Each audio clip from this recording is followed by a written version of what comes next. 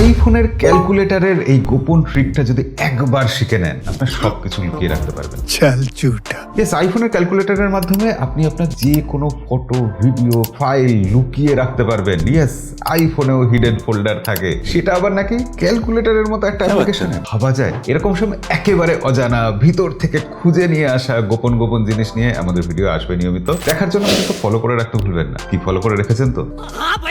অন্তত ভিডিওটা সেভ করে রাখুন, তারপর বলছি যে আইফোনের ক্যালকুলেটরে কিভাবে এই কাজগুলো করা যায়। দেখুন, ক্যালকুলেটরের মতো একটা সামান্য ছোট অ্যাপ্লিকেশন খুলে ফেলুন। তার ডান দিকের উপরের কোণে দেখবেন একটা ছোট্ট ক্যালকুলেটরের সিম্বল দেখা যাচ্ছে, সেটাতে ক্লিক করুন। তার মধ্যে ম্যাথস নোটস বলে একটা জিনিস আছে। কি ক্লিক করেছেন? এবার ডান দিকের নিচের কোণে, হ্যাঁ এবার কিন্তু উপরের কোণে না, নিচের কোণে যে সিম্বলটা আছে সেটাতে ক্লিক করুন। এবার যে উইন্ডোটা আসলো সেখানে তলার দিকে দেখুন একটা পিনের সিম্বল আছে, ওটা ফাইল অ্যাটাচ করার সিম্বল। ওখানে কি আপনার যে কোনো ফটো, ভিডিও, ডকুমেন্ট যা খুশি অ্যাটাচ করে রেখে দিতে পারবেন। কেউ কোনোদিন খুঁজে পাবে না। আপনার গ্যালারি থেকে সবকিছু ডিলিট হয়ে গেলেও এখানে কিন্তু ফাইলটা থেকে যাবে। কি কেউ বলে দিলে ব্যাপারটা খুব সোজা না? ট্রিকটা যদি ভালো লেগে থাকে একটা লাইক দিয়ে যেতে ভুলবেন না।